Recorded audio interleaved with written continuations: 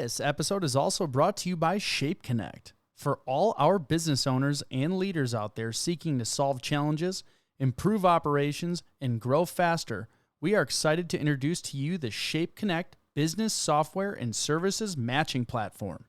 Most small and growing businesses can gain advantages from leveraging outside experts and firms to define new strategies and reduce their workload. So what projects or challenges are you ready to tackle? From building a new website to convert more leads to selecting and implementing an ERP software to streamline operations, Shape Connect can help you accelerate the process of making the right decisions for your business.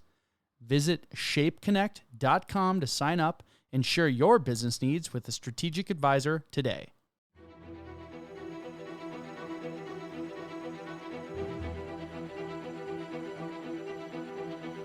Thousands of people have mysteriously vanished in America's wilderness. Join us as we dive into the deep end of the unexplainable and try to piece together what happened. You are listening to Locations Unknown.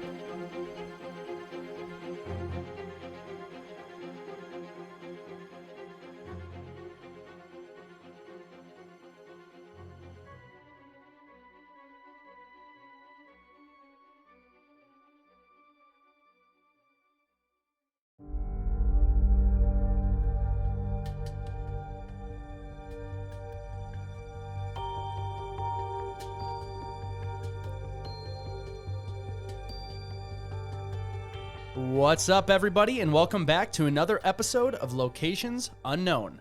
I'm your co-host, Joe Irado, and with me, as always, is a guy who can play the violin with a piano, Mike Vanda Bogart. Thanks, Joe, and thank you once again to our loyal listeners for tuning in. Not a lot of updates this episode, but we're going to give our Patreon shout-outs here. So it's Anna Kulju, Kimberly Spence, Christopher Lawson, Nicole Schopner, Rachel Bauer, Gatsby Dustman, cool name, Rachel Carlson, and Melody Piling. Gatsby. That is a cool name. So thank you guys so much for supporting the show. Joe and I have big plans to kind of, we're always constantly getting better equipment, and we eventually want to get a little space to actually record in, professional space. Yeah, we're down to one camera after all the problems last time. Yeah, we had some video issues, so no video episode last time. So we have how we did it the first time tonight. But it's all good. We that's why your contributions matter so much, because we can get better equipment, better space to record in. Eventually, we'd like to do some on-location recording. That's obviously much farther down the road. But yeah.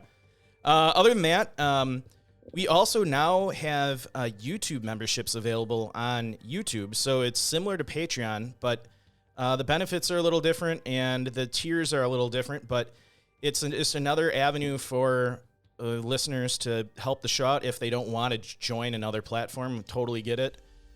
So you can go onto YouTube, and under any of our videos, you'll see a button that says join. And I'm working on getting all of our current content up onto YouTube ad-free of YouTube ads.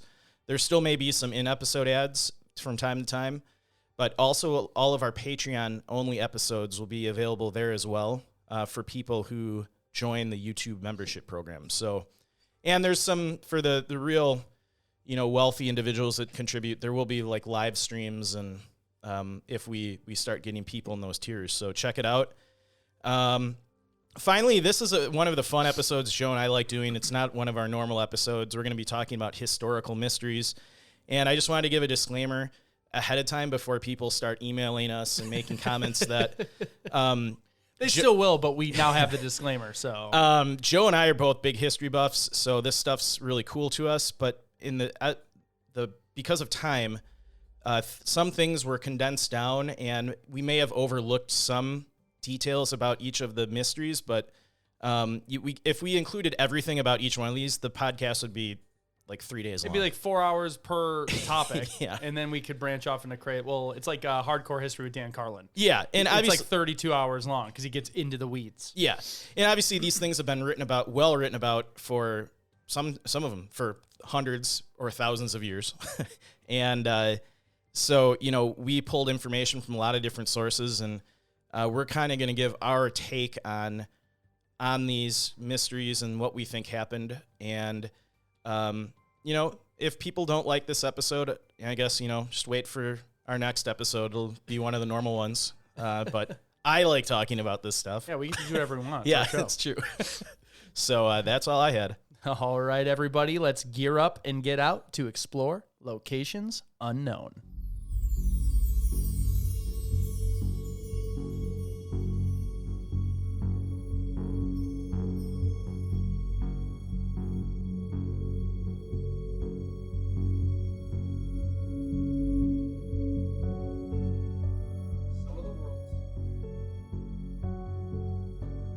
Some of the world's oldest legends and tales have been born of the unknown. Ancient lost civilizations, standing rock formations that seem to have no purpose, have baffled mankind for thousands of years. Join us this week as we investigate a few of history's mysteries.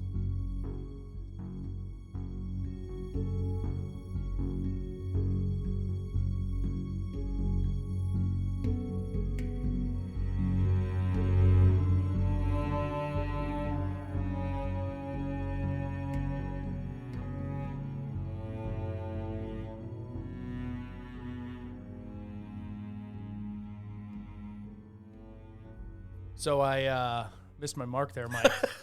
Just a little bit. It's okay. We won't hold it against you. I take great pride in doing things correctly, and I must have hit the mute button when I slid it up because I'm like, I got the thing on. Whatever. So right now we're going to go into, the first one is going to be Stonehenge, but I'm going to just talk a little bit about life in the Bronze Age, just some random facts, interesting things about the Bronze Age for those of you who might not know about it. And for those who know a lot about it, you will probably be disappointed at the level of detail I get in.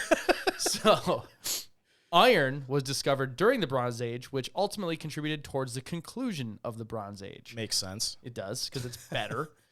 The Bronze Age was in the middle of the Stone Age and the Iron Age. In the middle of, he means between. Yes. Yeah, the Stone Age came first, and then the Iron Age came after. Yeah. The wheel was invented then. The wheel was first invented in the Bronze Age and used as a pottery wheel. So they used the wheel sideways first before they realized it could be used vertically. Yes.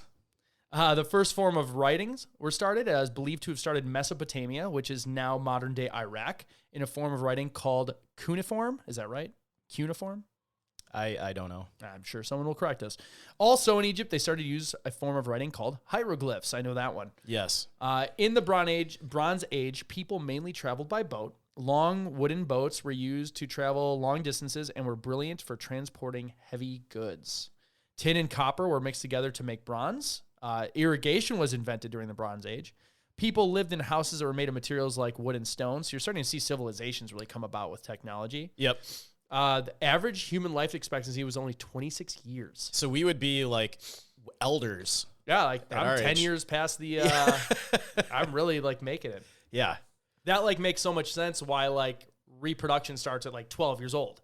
That was like midlife crisis. Yeah, I mean... That's crazy to think about. Like you being 12 and 13, you're halfway done with life.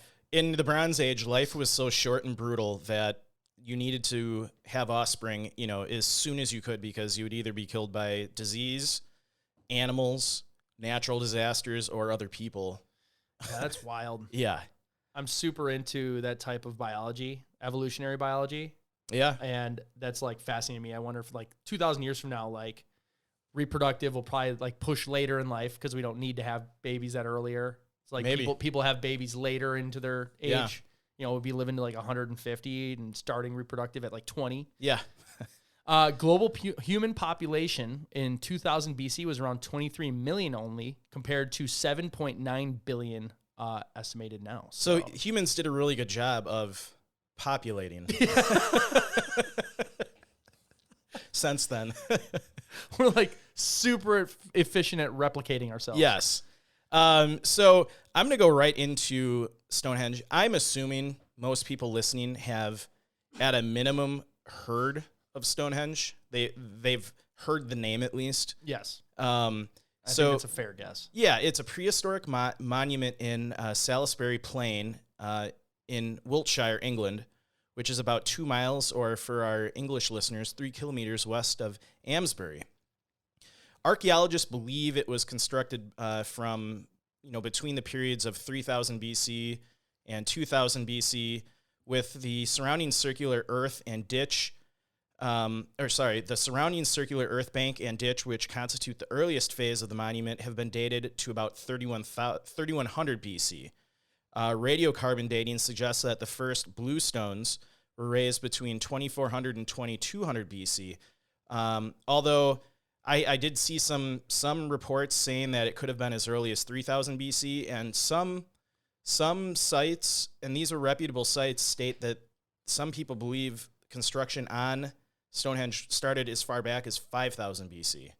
So one of the things I'll mention later on is it took over 1500 years to fully build Stonehenge. So it's not I like... can imagine the size of the stone and primitive technology to get it there. Yeah, it's not like they just started in one spring and it was done by the fall. Or... We'll get into theories. All right, I'll hold on to it. Yeah. You knew exactly what I was going to say. Yeah, so... Giorgio Papalapodopoulos, whatever that guy's name the is. The ancient aliens guy. He's in the theories. Awesome. We have a quote from him. So like I said, it's generally believed that the older structures date back to the late Neolithic period. So the Neolithic period went from about 10,000 BC to about 4,500 BC, while some of the newer structures were erected in the early Bronze Age. So for Europe, the interesting thing when I was researching the Bronze Age, it started at different time periods around the world. So it wasn't like the whole world just started at the same time. Yeah, we didn't all figure it out at the same time. Yeah, there wasn't global travel or internet or anything, so some of the Bronze Age... That's almost more wild if you think about it. Yeah. Like, it was all similar around a time that humans learned a skill. Yeah, like, that's kind of neat. Like, within a tight window, without talking to each other, yeah, like, people were experimenting in different civilizations kind of the same way. And well, you got to think, like, somebody figured out how to mix, tin and copper to create bronze, and they probably the first thing created was weapons. And... probably somebody traveled somewhere else with a sword or whatever they made bronze out of, and it started catching on. And it probably took, think of how long it took you to travel from Europe to Asia. Yeah. So probably it took generations before people started, making this stuff in other parts of the world. But so yeah, the Bronze Age really started in Europe between 3200 BC and 600 BC, or that's when it spanned. So we're going to get a little technical with some of the description of Stonehenge, but Stonehenge's sarzens, of which the largest weighs more than 40 tons and rises 24 feet, were likely sourced from quarries about 25 miles north of Salisbury Plain and transported with the help of sledges and ropes.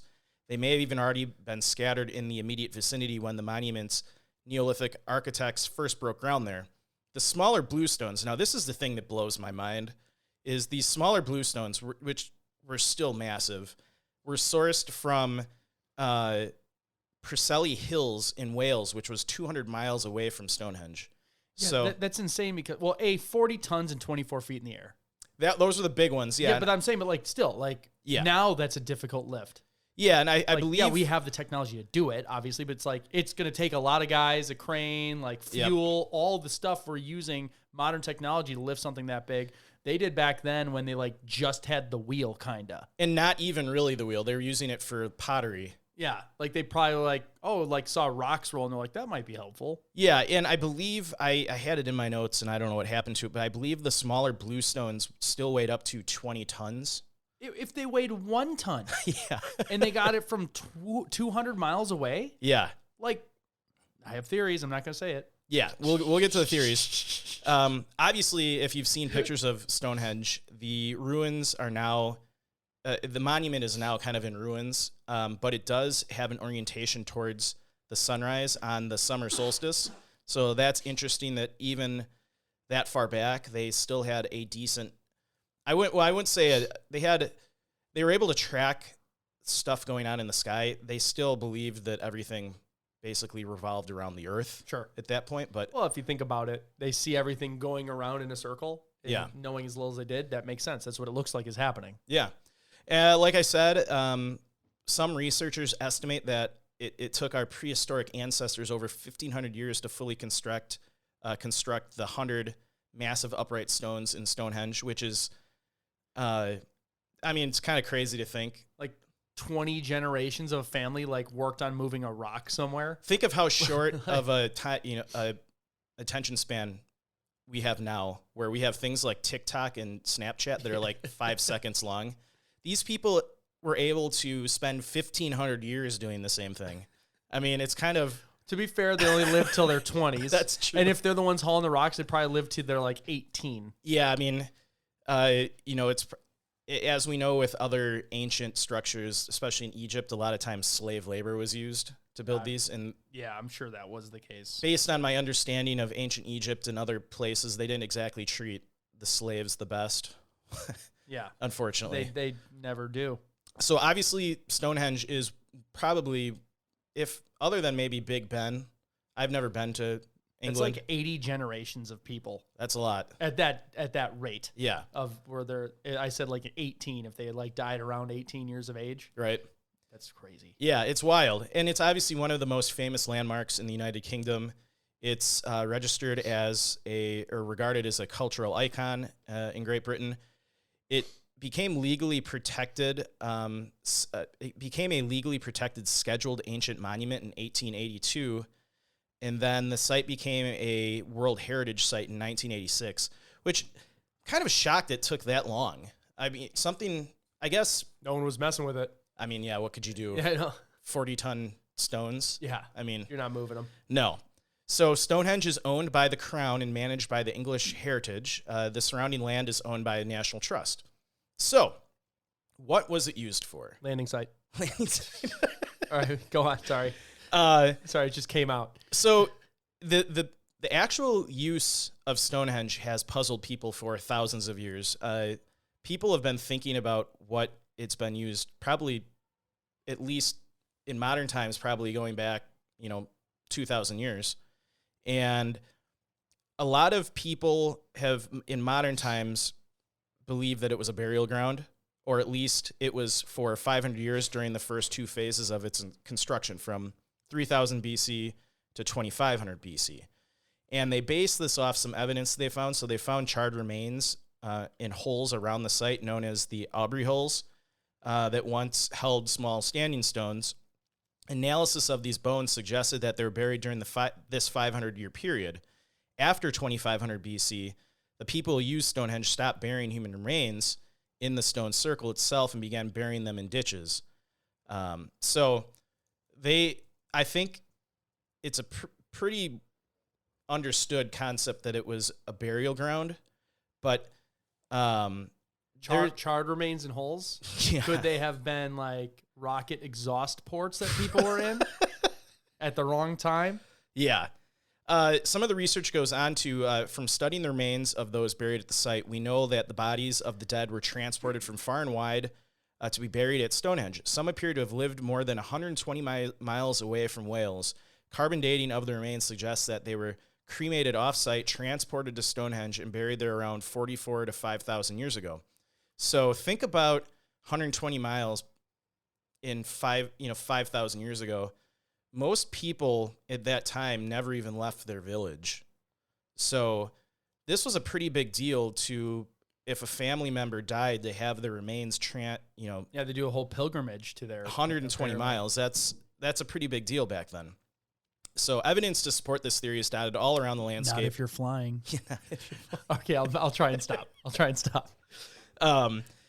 So evidence to support this theory is dotted all around the landscape, around the monument. The area within 2-mile radius of Stonehenge contains hundreds of Bronze Age burial mounds. So I think, at least as the burial site theory, it's pretty solid.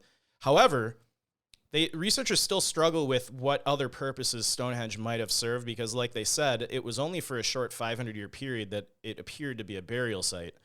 So a team of researchers studied Stonehenge as well as several other stone formations across the UK, and came to the conclusion that Stonehenge was likely built to track the movement of the sun, moon, and stars thousands of years ago. An analysis of the position and orientation of the stones compared with well-known astronomical alignments has revealed a strong alignment with the movement of the sun and the moon in particular. So that's really interesting. Kind of think of like I don't know if growing up, my grandparents had a sundial in their yard. Think of Stonehenge kind of similar to like a sundial on a massive scale, almost like a calendar. You can track what time of the year it is. Because think like we take for granted that we have watches and phones and things that tell time. But think about living 5,000 years ago, like one day after the other just blends together. How would you keep track of what year it was or what day it was? Or See, but like, I understand that, but if it took 1,500 years to build, that's true. like they're like, our 80 generations from now ancestors will really like this clock. Right. like that's, it seems like they would want to do a more immediate one, maybe maybe a there small was one next to it. An essential boulder they stacked first. Yeah. I don't know. Another theory that about Stonehenge was that it was a place of healing. So a theory put forward by two of Britain's world-renowned experts on Stonehenge, Professor Timothy Darville and Jeff Wainwright, suggests that the monument was a site of pilgrimage and healing. According to this school of thought, the smaller blue stones at the center of the circle are the key to this theory and ultimately the supposed purpose of Stonehenge. As we know, the blue stones were dragged 180 miles from the mountains of southwest Wales to the site at Stonehenge using primitive technology. So those researchers argued that this massive undertaking required considerable resources and effort, resources that would only have been possible had there been a very good reason to attempt such a monumental undertaking. So I agree with that. So back in that time, they had a pretty primitive view of the world, and they probably were superstitious, and maybe for some reason they thought this location and maybe those rocks that were dragged from 200 miles away must have had some kind of significant meaning. People have always built monuments to the gods or to whoever they worship, so this could be their to version the aliens. Yeah, man.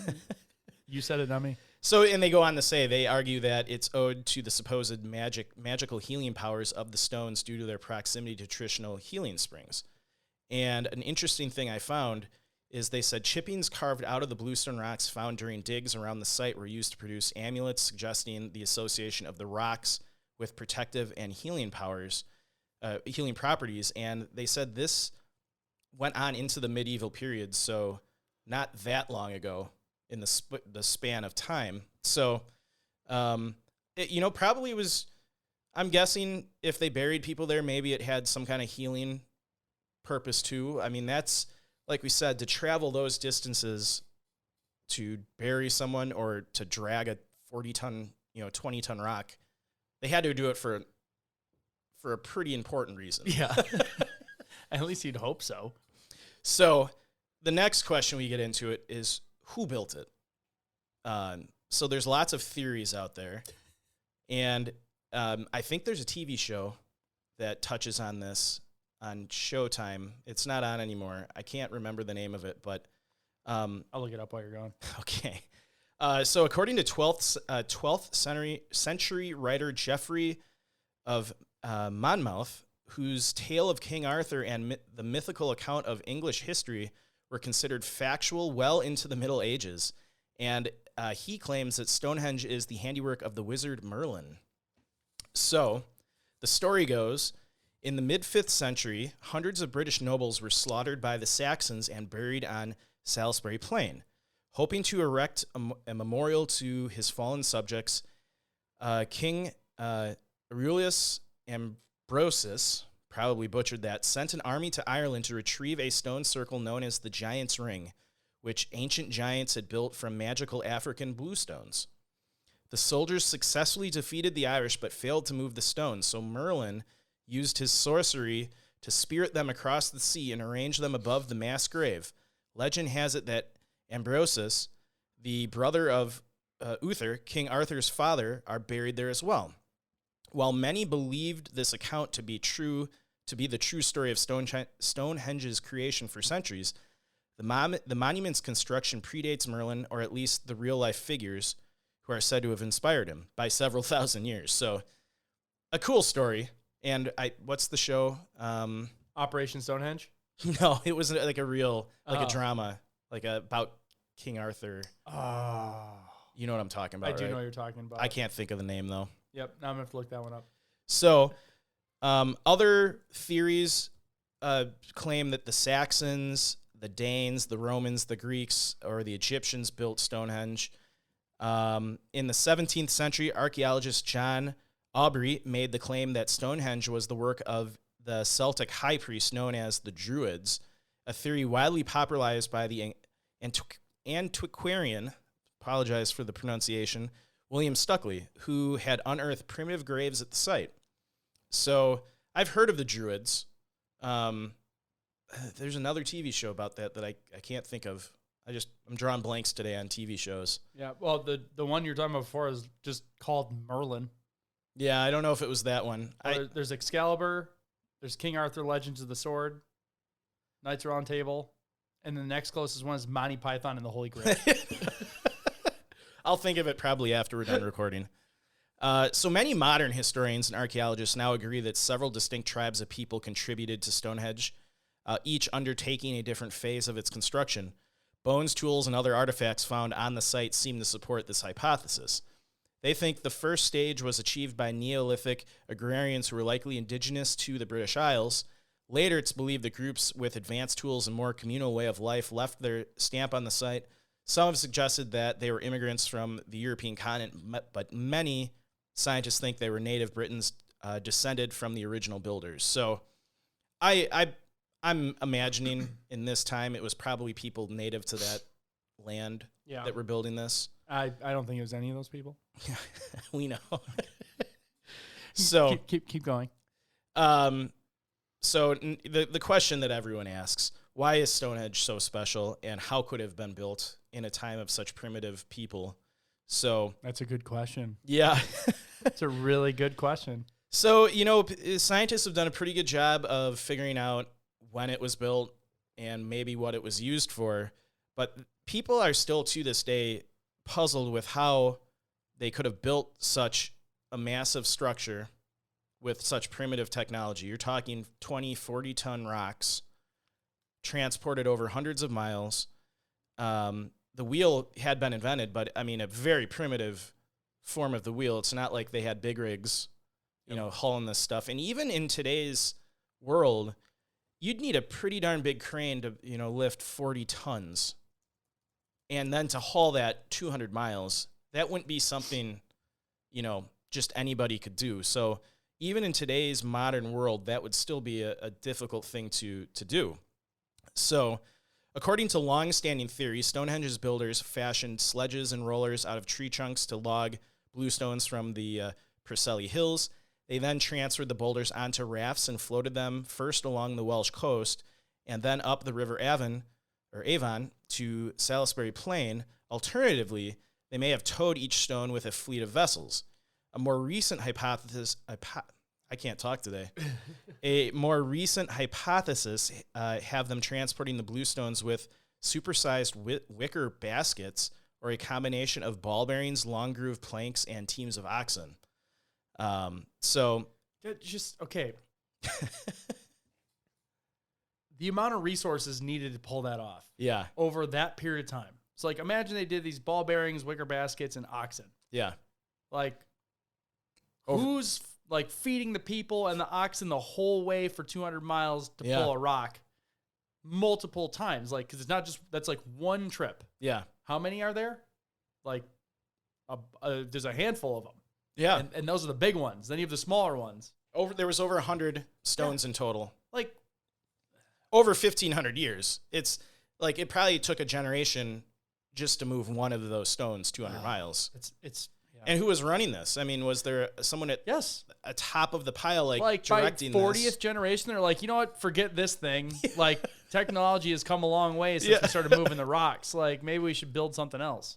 Yeah. So, as early as the 1970s, geologists have been adding their voices to the debate over how Stonehenge came into being, challenging the classic image of industrious Neolithic builders pushing, carting, rolling, or hauling these bluestones from faraway Wales. Some scientists have suggested that glaciers, not humans, did most of the heavy lifting and deposited those massive boulders kind of where they are erected right now. So there has to be a YouTube video of geologists, Neolithic experts, and historians that are just fighting about this. And it's probably hilarious. So I I apologize. My theories that I had pasted here are gone, or I didn't paste them there. But one of the theories I read, and Joe will like this, that it's an alien landing site. Or There like you go. Yeah, it's like an alien airport. It's weird that your other theories just disappeared. And I didn't do it. So what theory do you think that how they were able to build these things? I honestly, okay, so I'm actually going to go pretty ridiculous here. All right. Actually, not as ridiculous as aliens. Okay. And I heard a guy on TikTok explain it the best way I've heard it. And he said, think about, if anyone's seen a picture recently of the Titanic and how it's like slowly disappearing in the seafloor. It's completely eroding away. And that was 100 years ago. That's it. So there's a long-standing theory that there are major civilizations that predate us that were actually technologically advanced. Yeah. And then some sort of worldwide cataclysmic event wiped them out. And then the predominant theory is look at a ship like Titanic. It's got electricity, it's got lights, it's got modern technology on it. Yeah. And in almost 100 years, it's almost unrecognizable on the seafloor. Yeah. Correct? Yep. So now take modern civilization now, add all of humanity wiped off, maybe a few 100,000 people scattered everywhere. Yeah. That don't have the ability to keep this all going. Now they're trying to make it work for a generation, next generation, do that for 1,500 years, 2,000 years, 3,000, 4,000 years. What is left of our modern society? All of the metal, everything else, gone completely. Maybe our plastics. Even those, after that long of a time, would down. be completely gone. You know what would be left? Anything that had stone in it. Probably Stonehenge. So this is like the theory that I've heard before. I'm not necessarily subscribing to it, but like, what if those were like frames or a part of a much larger structure and everything completely disappeared around it? Yeah, like everything else was made out of wood and earth. Exactly. Or even metal or steel or electronics. Or bronze. Or electronics. Or and like, could we have had a civilization that got up to like our level now, huge cataclysmic event, and then we're coming back here finally after thousands and thousands of years, and we're finding all these historical sites where all that's left are the rubble remains. Yeah. So part of me thinks like, I wonder, I don't think we got to like computer level era, but I'm almost wondering like, could it have been a big building and they had better tech that actually moved the stones? Like maybe they did have wheels, maybe they did have all these things, but it was made of materials that have since just been gone on the planet. So that's a crazy theory, but I like that theory because we're witnessing it before our eyes. Like the Titanic's a great example. Yeah. And arguably at the bottom of the ocean would be the best place for something like that to be preserved. Yeah. You get something out on land in the weather, it's going to degrade even faster. Over 5,000 years. 100%. It'll be gone completely. You would never even, you'd be able to pick up the soil in which it was gone and not tell. Yeah. Okay. Well, you know, that's a good crazy theory. I think an ancient aliens theory, that's a good one. I'm going to go maybe a little more plausible. I kind of like excuse me? Excuse me. I'm going to go with the glacier theory and say that maybe these stones were deposited and maybe they moved them a short distance, probably, you know, carved them up so they looked more square. Oh, so they didn't deposit them in the circle? Yeah. Stacked up real nice? I think if they were like all like spread out over the course of a couple square miles, it'd be a lot easier for a prehistoric civilization to move those into place. I think it's still amazing that they were able to kind of line it up with the celestial cycles, which is pretty cool. I don't think that's that hard. I wouldn't know back how to do then. it. Well, so you also have to look at the night sky compared to what we see it as. They saw like the Milky Way and the billion. They saw all of it with the naked eye. Like you had to go to Hawaii to see that. That's what everybody saw all the time, no matter where you were. So if you see that all day, every day, you've nothing to do all the time, you could build something that points. I guess. Yeah. like you could watch the Milky Way and be like, oh, the Milky Way is always right here. Yeah. At this time of year. Have it point that way. In the moon and all that stuff. Like have it point there this time of year. And well, Joe is going with ancient lost civilization. I'm going with glaciers. So who knows? We'll never know. Yeah, I think we're both right. Our next historical mystery is a real puzzling one. Joe's going to go into some kind of fun facts about the area that We'll talk about ancient Greece. Ancient Greece. And I'll let Mike tell you the name of the thing. Oh, no. And I told you I'd get this wrong. Yeah, keep warming up. I'll go through the thing. Just think about it. Okay. The ancient Greeks came up with the concept of democratia, rule of the people, thus establishing the world's first democracy. That's why I should have read democracy first. There you go. Democratia. However, it lasted only 185 years, which we beat that by a little bit. Ancient Greece condoned slavery. In fact, around 40% to 80% of Athens' population were slaves. The handshake originated in ancient Greece. It was a symbol of peace, showing that neither person was carrying a weapon. And during the Roman era, the handshake was actually more of an arm grab. I'm sure you've seen that in movies where they grab each other's arms. Yeah. And knights would shake the other hand in an attempt to shake loose any hidden weapon. So it was actually like feeling for a dagger. Yeah. It was hey, we're friends, right? It served a purpose. Yeah. I'm going to start doing that now. Grab people's arms. Like, why'd you do that? Make sure you're not going to kill me. Contrary to popular belief, ancient Greek statues were not always white. Once upon a time, they were painted with vibrant colors. However, over time, the colors faded to the monochrome that we see today.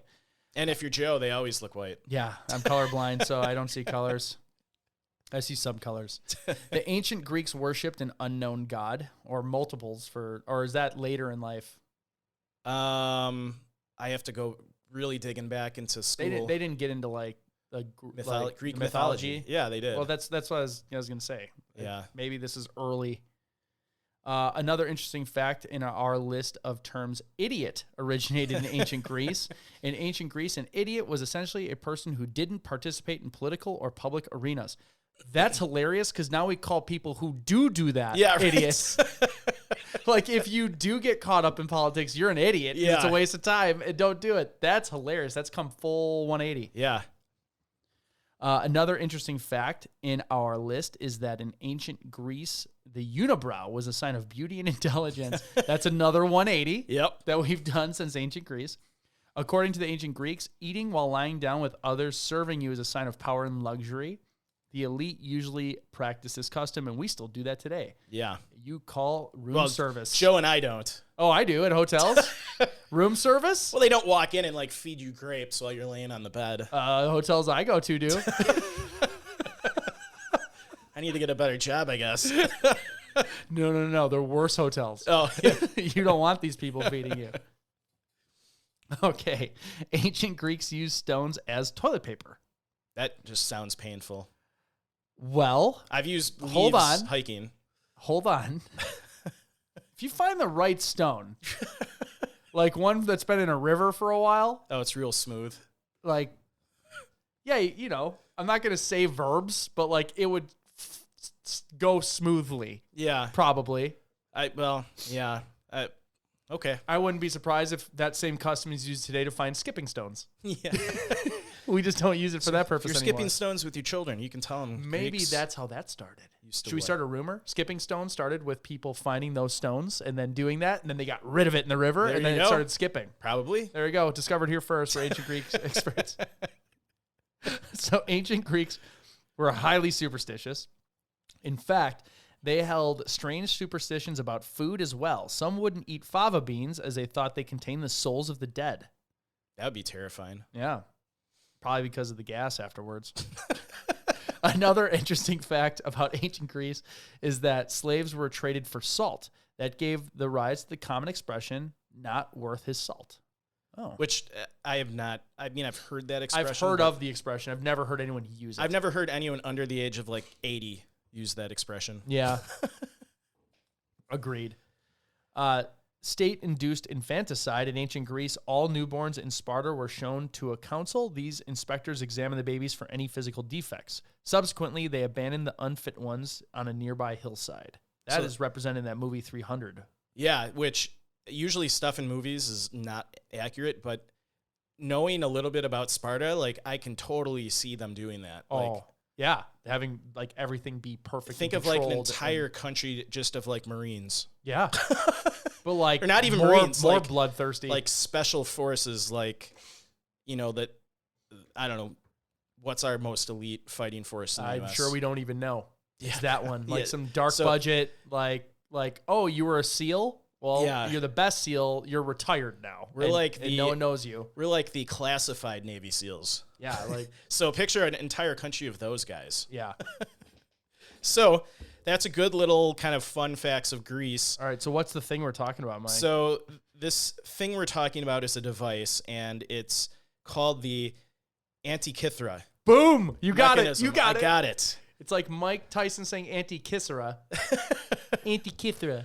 So this device dates back to around 205 BC to 87 BC. Some consider it to be the first analog computer in human history. So it was discovered back in the spring of 1900. There was a group of people sponge diving off the tiny island of Antikythera. I said it wrong. No, I think that was right. Antikythera. Antikythera between Crete and mainland Greece, and they found a shipwreck full of ancient Greek treasures. This actually would turn out to be the first major underwater archaeology operation in modern history, so that's kind of cool. So by early 1901, the divers had begun to recover amazing good ancient Greek goods, including bronze sculptures, glassware, jewelry, amphorae, which I looked up. It's a type of container. I don't know why people don't just say containers. Furniture fittings and tableware. At the peak of the dive, a gunboat from the Greek Navy was actually stationed over the site to deter looters. So obviously this was a big deal back then, and the word got out, and you can just imagine people probably just flocking there because it wasn't just the stuff I listed. I read in other places there's lots of like gold coins and all kinds of cool stuff. Among the amazing items recovered, the divers also found an indistinguishable lump about the size of a large dictionary, which was probably recovered because it looked green, suggesting it was made of bronze. At the time, it was not considered to be anything remarkable. Fast forward now 120 years to present day, and that green lump is now considered to be one of the most important objects of high technology ever recovered from the ancient world, and what people are now calling an ancient Greek astronomical calculating machine known as the Antikythera Mechanism. So all the items from this shipwreck were transferred to the National Museum of Archaeology in Athens for storage and analysis. And this device kind of just sat in a box for decades. And actually, let me go back. They didn't know it was a device at the time? They didn't know it was a device at the time? Jeez, I keep turning off my mic. Joe must have, he's a little sniffly tonight. I hope he doesn't have COVID. No, I have allergies. Yeah. I already had COVID a few months ago. So actually on May 17th, 1902, so I'm going to back up a little before it went into storage, an archaeologist working for the museum noticed that one of the pieces of rock had fallen off, revealing a tiny gear wheel inside, about the size of a coin. So originally scholars thought this was an astronomical clock, but many considered the device too complex to have been constructed during the same period as the other pieces found. I was going to say, a gear the size of a coin is not easy to make now. No. So now it went back into storage, and actually it wasn't even looked at until 1951 when British science historian and Yale University professor Derek DeSola Price became interested in the object. So they waited 51 years after seeing complex gears in there to actually like look at it? Yeah, right. If I was like working at the museum, I'd be like, I think we need to look at this a little closer. Yeah, when you want to be like the guy who discovered it. Yeah, right. It was like, maybe he like hated his job. He's like, yeah, forget this. Yeah, I don't know. I mean, thinking about that device, I would be all over that, like trying to figure out what it was. It's like the first Rolex. Yeah, right. So like we said, this guy became interested in the object in 1951. And he eventually published, they did some like X-ray photography of it, and he published a big paper in the 70s on this device. And further dives have actually gone on in that area in 2014 and 2015. And a new 5-year dive started in May 2020. And I didn't look for too much new information. I didn't see anything that they found anything new, but they are actively searching that area because they think that this wasn't the only device created, which would make sense. There's probably...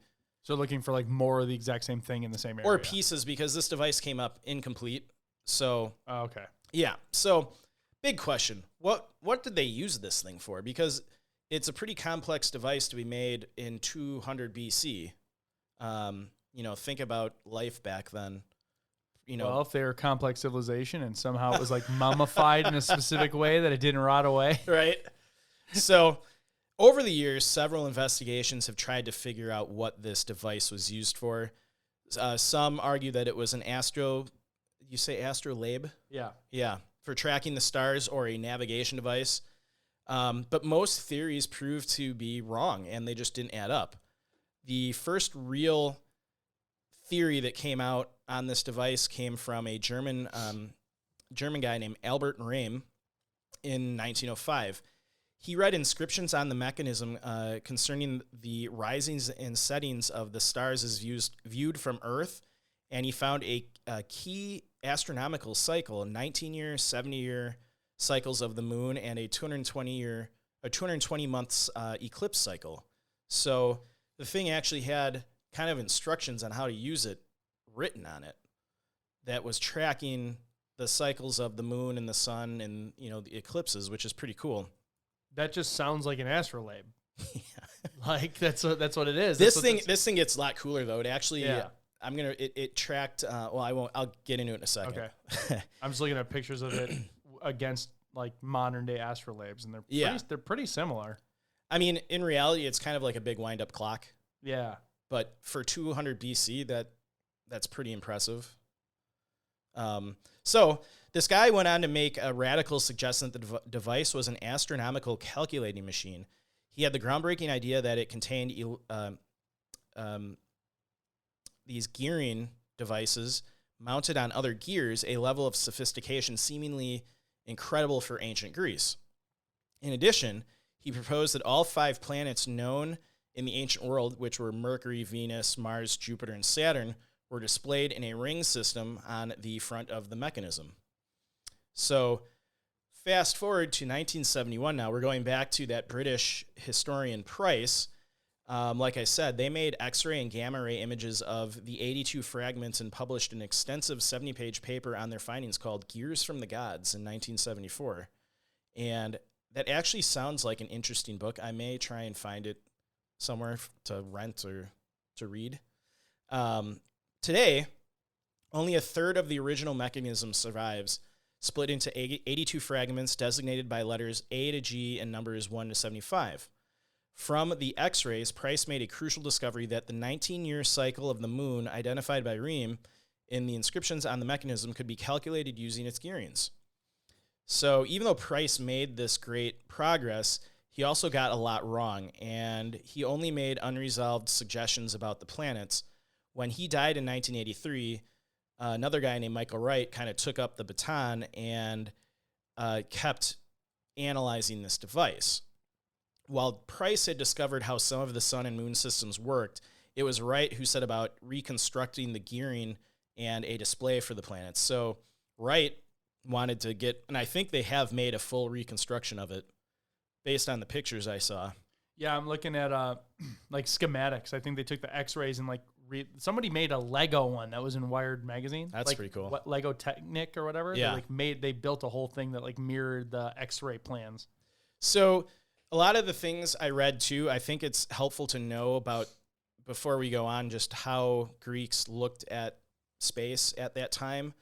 And they got a lot wrong. So their view was that Earth was the center of the universe and everything revolved around the Earth. So like the planet in the stars and everything were kind of like a fixed thing in the sky, and the planets kind of just rotated around Earth, including the sun, which obviously we all know is not the case. Well, there's like probably less than 1% that don't think that's the case. I'm sure there's a few out there. But more than a century later, though, his astonishing ideas are at the core of a new model of the machine created by a UCL research team. So, and like I said, people are calling this the first analog computer. So, I mean, it's not wrong. Yeah. So it's got a gear set. It's used for something. Like, yeah, it's calculating something. So how did the device work? I kind of jokingly said it's a big wind-up clock, but it's much more complicated than that. So on the front face of the mechanism, there's a fixed ring dial representing the ecliptic, and 12 zodiacal. I say that right? I don't know. I'm getting Zodiacal. a lot of words wrong. We're going to hear it from the listeners this episode. Yeah, it's ancient Greek stuff. I'll just like submit. So, and they're marked off with equal 30-degree sectors. This matched with the Babylonian custom of assigning 1/12 of the ecliptic to each zodiac sign equally, even though the constellation boundaries were variable. This is what's crazy. I don't know what that means. They figured all this stuff out back then. With the internet now, I still probably couldn't make that device. With tools I have, because I'm just not smart enough, I don't think. Well, if someone did it on TikTok, you'd learn. Maybe. No, even then, I would do it wrong. I would try and make it, when they do those videos where, they do Pinterest, images and people try and recreate them, and they just put, hashtag nailed it, and it's, totally wrong. That's what I would do right now with modern tools. I have trouble tying my own tie sometimes watching a video. So I do know that because I used to tie your tie for you at work. Oh, embarrassing. These people that have nothing are making these super intricate things that track the stars, and you're having trouble tying a tie. It's really sad. This plays in my theory. pathetic. This plays in my theory of if we had some sort of major event happen, we would just be done, and all civilization just goes away for a few thousand years, and we come right back to this level. There you go. Okay, go on. Getting into the weeds a little here, so I'll try and cut out some stuff that's just too in-depth, but outside that dial is another ring which is rotatable, marked off with the months and days of the Sothic Egyptian calendar, 12 months of 30 days plus 5 intercalary days. The months are marked with the Egyptian names for the months transcribed into the Greek alphabet. The first task, then, is to rotate the Egyptian calendar ring to match the current zodiac points. And I'll stop right here. When I was researching how to use this thing, it sounded really complicated. Yeah, I'm looking at the plans. It almost seemed like too much work. Oh, yeah. to just use it. It's crazy that they're able to come up with this device. Yeah. Because it's very complicated.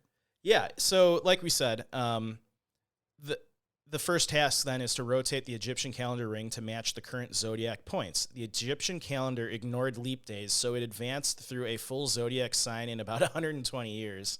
So not the most accurate device. The mechanism was operated by turning a small hand crank, which is now lost. Hold on. Not the most accurate, because it skipped leap days. Mine would miss entire years. Well, no. I would line it up right. Yeah, it skipped, did I say leap days? Leap days. So. Yeah, that's there's one every 4 years. Yeah. It missed that, so it wasn't very accurate. No.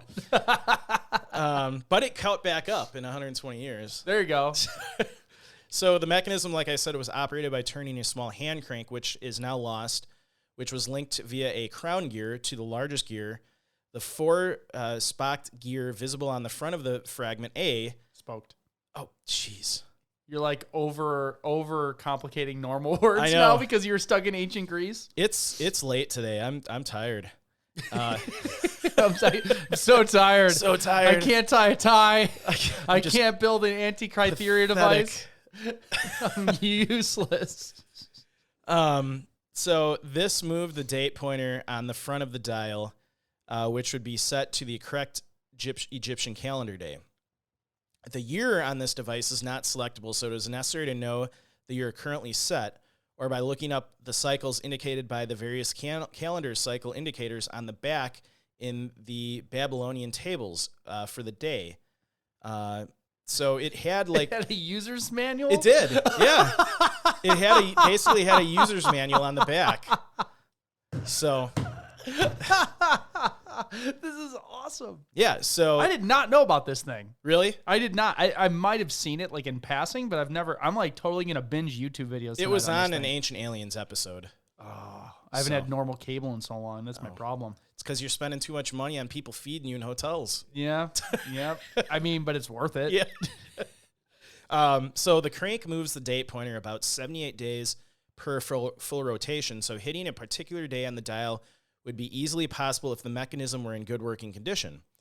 The action of turning the hand crank would also cause all interlocked gears within the mechanism to rotate, resulting in the simultaneous calculation of the position of the sun, the moon phases, eclipse, and calendar cycles of, and perhaps the locations of planets. So, you know what this reminds me of? My grandparents had an old grandfather clock in their house. Yep.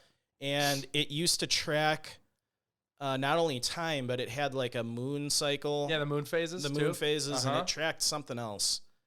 So it's kind of cool.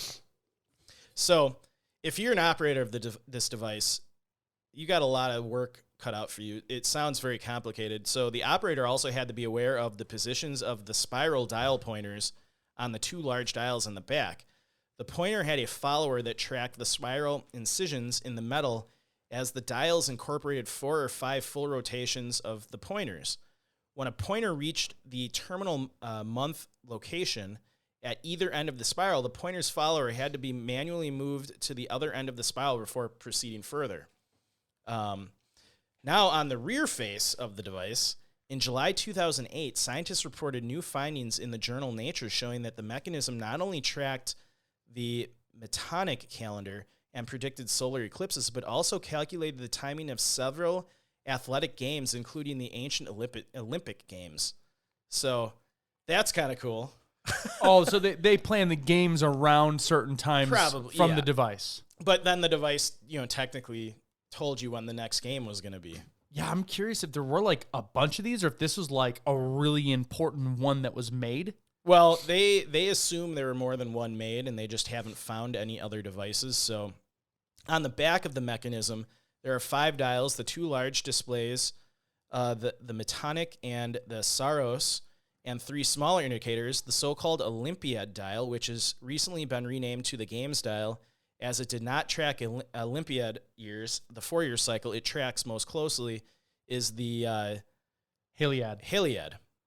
The Callippic and the, oh boy, that last one's Exligmos schedule. Yeah, close enough. And unfortunately, I did not research what those were, but I'm assuming they were games because this was the Games dial. Yeah. So, what was this device made out of? So the mechanism was made out of wood, a wooden casting with a front and back door, both containing inscriptions. The back door appears to be the instruction manual. On one of its fragments, it's written 76 years, 19 years, representing the Callippic and Metonic cycles. Also written is 223 for the Saros cycle. On another one of the fragments, it is written on the spiral subdivision 235, referring to the Metonic dial. So, like we said, it had an instruction manual on it. The mechanism is remarkable for the level of miniaturization and the complexity of its parts, which is comparable to that of 14th century astronomical clocks. So think about that. This device was from 205 BC, and the next device that historians have been able to find that matches the technology in this device come from the 14th century. That's insane. That's 200 years before Jesus Christ is supposed to be on planet Earth, and they have this intricate device that's tracking solar eclipses in the future. So we're talking, what is that, 1,600 years? Yeah. 14th century, no. Well, 200. 200 plus 14th. Yeah. Yeah. That's insane. That's wild. They go on to say it had at least 30 gears, although mechanism expert Michael Wright has suggested that the Greeks of this period were capable of implementing a system with many more gears. So, he's saying that, but they're saying this is the only device that they've found thus far. Yeah, so, like, could there have been significantly more intricate ones? I mean, if this one survived for that long, if there were more of them, you would think at some point we would find another fragment unless or a it gear. Unless it was in a thing and like secured well enough. Maybe it was so rare and expensive to build that only like kings had it at that time. That's kind of what I was thinking. Or is like this like a main one, and they used it to calculate everything, like our atomic clock. Yeah, wherever that is. Yeah, in space, in a satellite. Yeah. So, was it accurate? Now, this is funny because investigators reveal that their simulated mechanism is not particularly accurate, the Mars pointer being up to 38 degrees off at times, but they attribute this not due to any mechanical reasons, but because they didn't have a good understanding of space. They thought Mars rotated around Earth.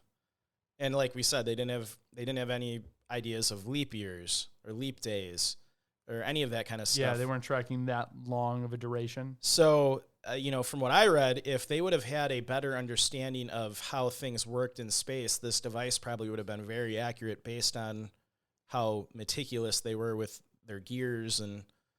Oh, so it's really what they're saying is it's 38 degrees off, but if Mars had a perfect circular orbit, it wouldn't be. Well, no, if they're saying that the device was designed based off of kind of faulty knowledge about how the planets orbited. Well, that's what I'm saying. Like, Yeah. if they went in a full circle, because it's saying the inaccuracies occurred at a nodal point when Mars was in retrograde. Yeah. That's also when my wife's angry, is when Mars is in retrograde. And the error recedes at other locations in orbit. So, like, Yeah. because, like, the orbits aren't perfect. They're kind of, like, elliptical a little bit. Yeah. You know? So, like, they probably calculated, like, a perfect circle around the Earth. Yeah. Because that's what it makes it sound like is it's off, but only because they assumed it was rotating in a circle around the Earth. And it's not rotating around the Earth, but it's an ellipse too. Mm-hmm. So like they tracked it because they only had their eyes, and it Yeah. does look like it's going around in a circle. Yeah. So I would consider that accurate. And the coolest thing to think about was there really would have been no way for them to make a more accurate device until the early 17th century when laws about how these planets rotated became better understood. So they built a pretty good device based on the knowledge that they had at the time, which is really cool. Yeah, it's the most accurate thing in existence at that time with current knowledge. So now we're getting into the fun part. I do have a bunch of theories here. All right. So is it real? How could they have made it? So the first theory is not that outlandish. Some people think it's much older than originally thought. Originally, scientists believe the mechanism dated between 150 and 100 BC, but new research places its creation at around 205 BC, which is what we kind of originally said. What's strange is, like we also said, that the first similar device that people have found since this device was the 14th century. So how was it that the Greeks were so much more advanced, almost 1,600 years earlier than, medieval Europeans? So that is kind of puzzling. But we know from history that the Romans had pretty advanced society and that it all collapsed and kind of Europe went into the Dark Ages. Yeah. And things didn't improve for hundreds of years. So it is possible that ancient Greeks were much more advanced, their society collapsed, and then things just didn't get better for 1,000 years. Yeah. So. Okay, I can see it. Next theory, time travel. So if the mechanism dates to the 2nd century BC and comparable technology didn't begin appearing until centuries later, then its existence might be proof of time travel. Oh. Maybe whoever invented it was a time traveler from the future, or perhaps it's actually a futuristic device that was brought back to ancient Greece and left there on purpose. And then it normal decay over time. Yeah. Or it was like just a guy that was like a Rick Moranis character from Honey, I Shrunk the Kids that just invented crazy things. Right. And he got it right, but he was the only guy, and everyone thought he was nuts. And then that's it. Could be. Yeah. Another theory that actually isn't that outlandish is that it's a hoax. So some people think it's fake despite overwhelming scientific evidence to the contrary. Some believe the whole thing is a hoax. After all, it is difficult to reconcile the age of the mechanism with the technological advancement. Some have compared the mechanism to the Turk, a fake chess-playing robot built in the 18th century. However, scientists admit the Turk is fake. Why would they lie about the authenticity of the mechanism? What would they be trying to hide? So, Yeah, and it seems like a lot of hands have touched this thing. yeah, and it doesn't sound like it sounds like almost from the beginning it went into the property of Greece and it's in their museum. So it's not like somebody profited off of it. Yeah. And the people were sponge diving. And there was a shipwreck they found with a lot of other more valuable stuff that they brought up. Yeah, and it was set aside for 50 years. Yeah. The Like, only if it- thing I could think If of... it was a prank, whoever did it would be like, hey, it's a gear. Like, they're not going to wait their entire life Yeah. and let someone else uncover it later. Yeah. So I think that's why a lot of people don't believe the hoax theory. Yeah, I don't think it's a hoax. Next theory, of course, is aliens. And this, I've got a quote from our our big-haired friend from Ancient Aliens. But Giorgio Papalopoulos. I don't know how to say his last name. He goes to say, beings with advanced knowledge of astronomical bodies, mathematics, and precision engineering tools created the device or gave the knowledge for its creation to someone during the 1st century BC, but the knowledge was not recorded or wasn't passed down to anyone. My only problem with this theory is, if aliens gave it to them, wouldn't it be right with how the planets orbit? Yeah. Yeah. Not accounting for it all rotating around planet Earth. Or were they like, all right, we're going to give them this amazing device, but we're going to screw it up a little bit and see if they figure it out. So, hold on. So your theory, hold on, I'm going to clarify your theory. Yeah. Your theory is not only that ancient aliens gave it to us, but it was the kind of aliens that troll people. Yeah. It was alien internet. It was like alien bros. Alien Reddit. They're like, hey, let's give them a thing that tracks space, but it's wrong. We're going to give them this amazing computer, but it's programmed wrong. Yeah, it's off 38 degrees. Got him. So, yeah, I think that's an interesting theory, but you would think if aliens are going to give an ancient society technology, they would give them the correct... Well, not if we're dealing with Bro-aliens. Bro-aliens. It's an alien race of trolls. One of the final theories is it came from the lost city of Atlantis. That's it. We have to do a show on the lost city of Atlantis. Oh, no, we didn't. We talked about Bermuda Triangle in relation to Atlantis. I think we could do a whole episode on it. 100%. So much like the alien theory, this one revolves solely around the fact that the mechanism appears to be too advanced for its time. Atlantis is a mythological, technologically advanced city that sunk into the sea. Plato wrote about the city in a series of allegories, but many believe it actually exists, and some of those people think the mechanism is proof of Atlantis is real. They think the mechanism originated in Atlantis, not Greece, because it was too far advanced for any known civilization. I bet those people that think that it proves that it's real already believed Atlantis was real. Yeah, well, it said that they did. Yeah. I know, I'm just saying. It's a little bit of confirmation bias. Yeah, there you go. Besides those main theories, I found an article about some wild theories the New York Times wrote about a while back, that the Illuminati made it, and an ancient race of lizard people made it. I mean, it literally always comes down to lizard people, Illuminati, aliens. And one theory was it's a device that is, if activated, depopulates the planet. And the funniest theory was... So it was made by Bill Gates. If we're going down conspiracy theories? This one is a kind of a joke, but it was not, in fact, powered by hand crank, but by a Mac computer, because those are owned by the Illuminati. So those are all very legitimate theories. Do they think they had a Mac computer back when in Atlantis? That last one's kind of a joke. Okay. This is Steve Jobs just hanging out in Atlantis. Right. He time traveled. Yep. Oh, it's the first Mac. Yeah, he was a goofy dude. Maybe. Yeah. So that is the interesting mystery about the... Oh, boy, am I going to get this right one last time? Get it? Can you say it, Joe? I got to look at the word. Antikythera. Antikythera. Got it. You win the new car. So our final mystery, and this is one I remember from history class a long time ago in like 7th or 8th grade, but I never heard about it again. The Lost Colony of Roanoke. Do you remember that one, Joe? I do not.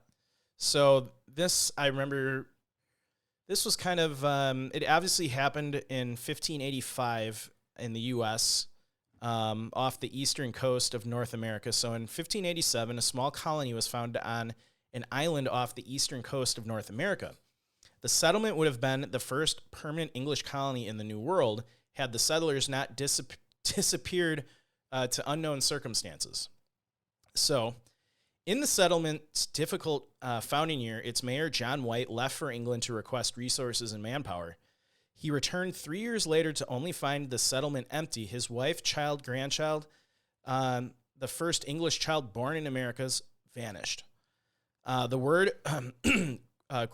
Croatoan, and the letters CRO carved into trees within the colony's borders were the only signs pointing to an explanation. So despite these clues, the returning crew was unable to search for missing colonists. A storm approached just as they came upon the desolate settlement, forcing them to turn back to England. So a whole town of people just vanished over the course of 3 years. No evidence. There weren't like remains or bones on the ground. Just gone. And then these cryptic letters carved into the trees. Kind of weird, isn't it? Well, this is supposed to be like the first people ever. It was one of the first English settlements in the Americas, 1585. So, All right, keep going. I have some things boiling up here. I want to learn more. I've got some theories on this one too, though. Okay. I think you'll like. All right. On the basis of the mysterious tree carvings, the nearby Croton Island, now known as Hatteras Island, is that Hatteras? We're gonna get so many emails on this You know, episode. I don't care. Haters gonna hate. Hatteras Island is the location to which many believe the colonists moved. At the time of the colony's founding, the Hatteras Indians occupied the island, and a popular theory supposes that the colonists joined the group of Native Americans to overcome their lack of resources and knowledge of the land. So that does kind of make sense. A supposed piece of evidence for this claim is the existence of carvings in stones that were purportedly made by Eleanor Dare, the daughter of John White.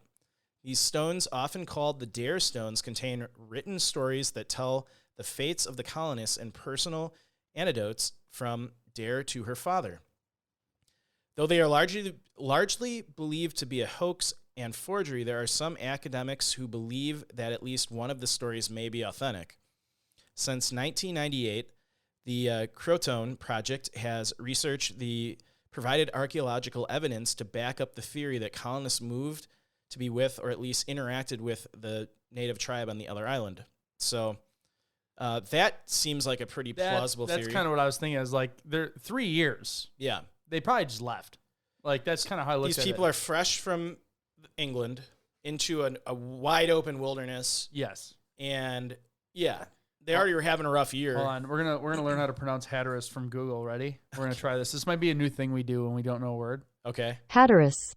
Hatteras. So we were right. Yeah. What about Croton? All right, let me look that one up. Keep talking while I pull. I have to like put it in here. Okay.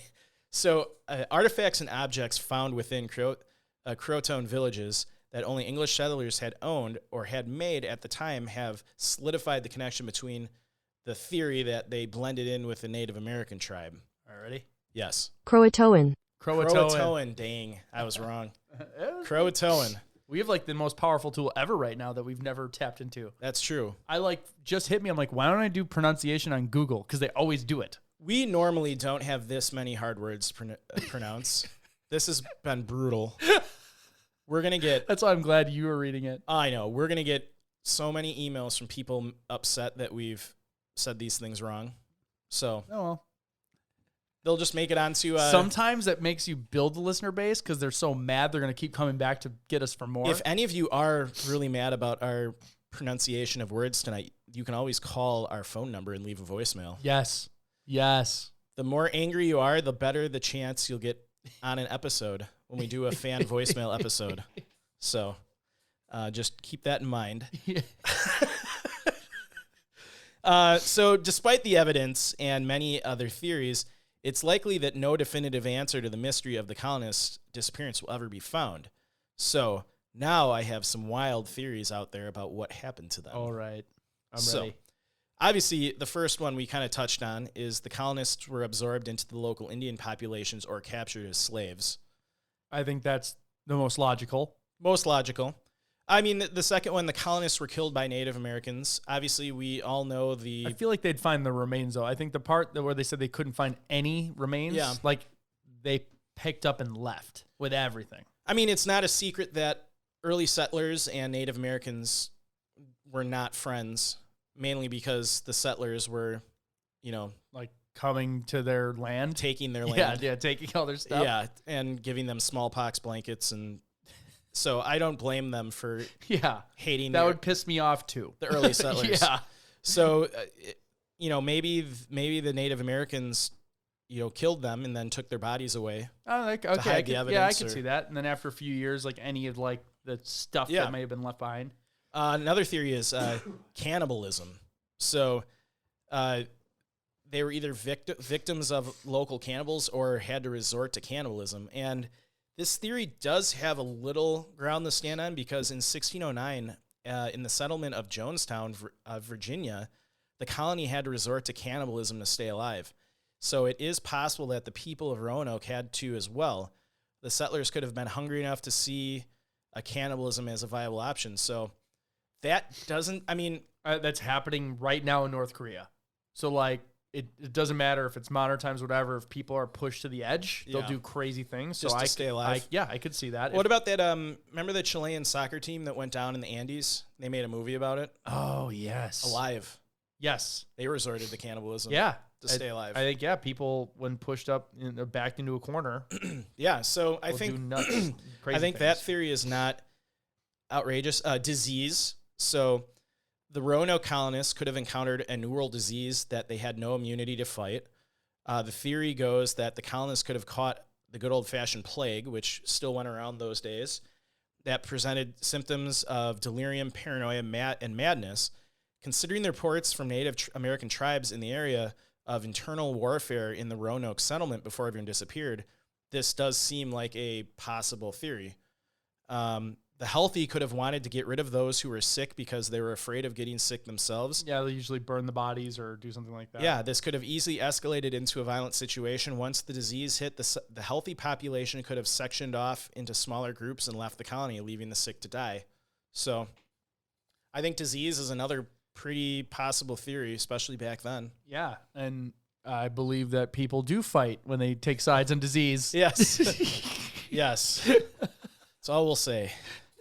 Here's a fun one. Witchcraft. That's it. Yeah. That's it. So with the writing in the trees, there's a spell. Either they were executed as witches or victims of witches living in the area. So there are two theories involving witchcraft. The Croatoan either executed the colonists as witches, or the colonists were victims of witches who live in the North Carolina woods. The Croatoans believed in witches and witchcraft. Their definition of witches was people who use black magic to commit evil acts in everyday life.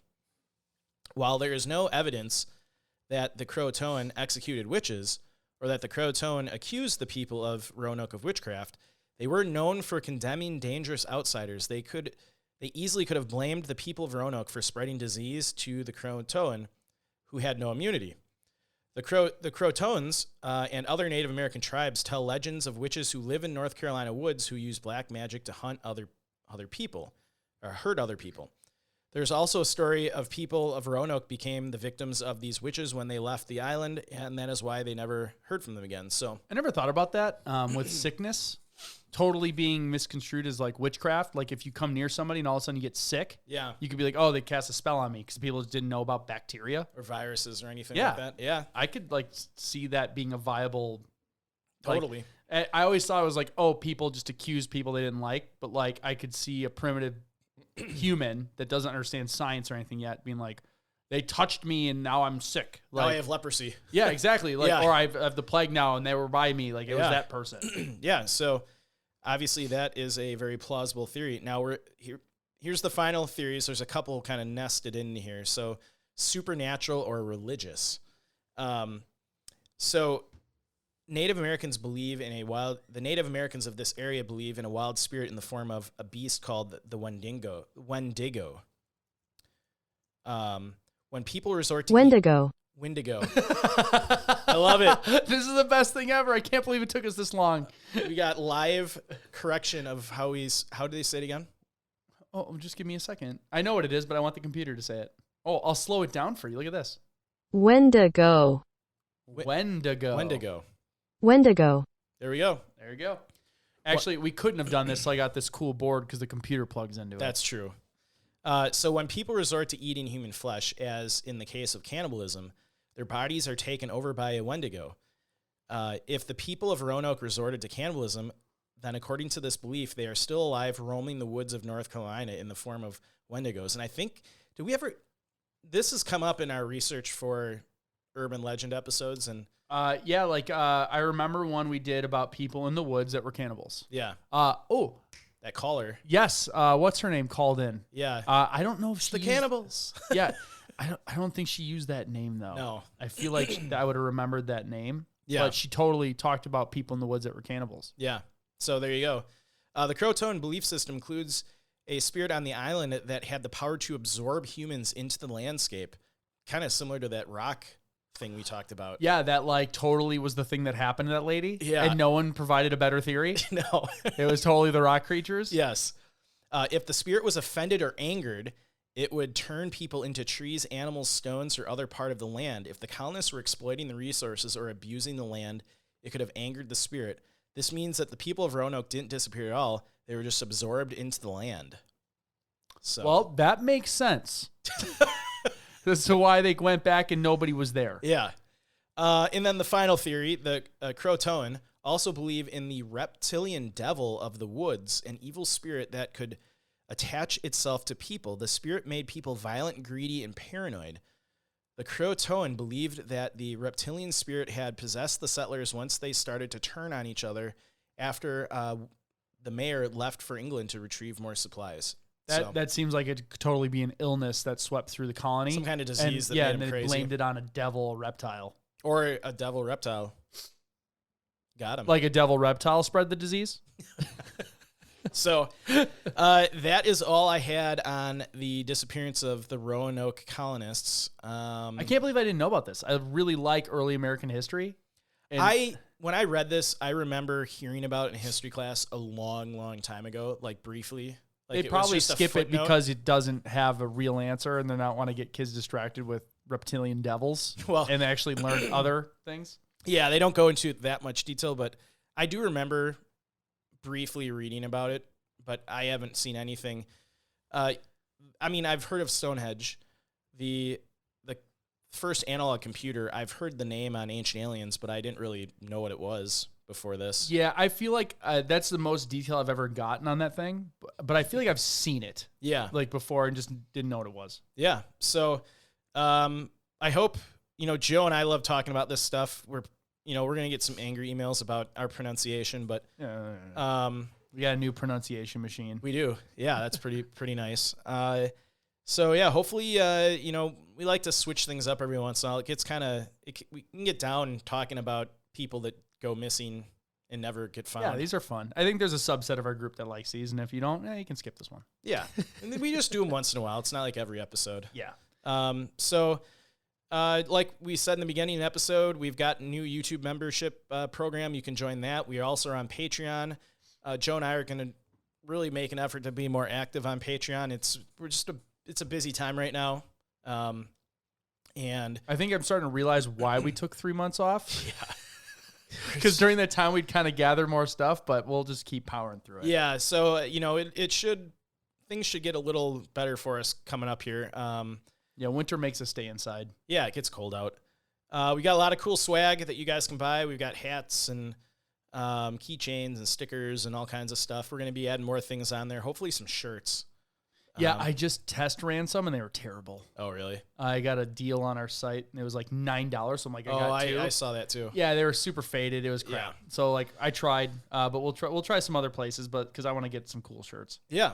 So Other than that, we appreciate you all for listening and our sponsors that help keep the show going. And remember, when enjoying the beauty and nature of the outdoor, I keep screwing up all the buttons.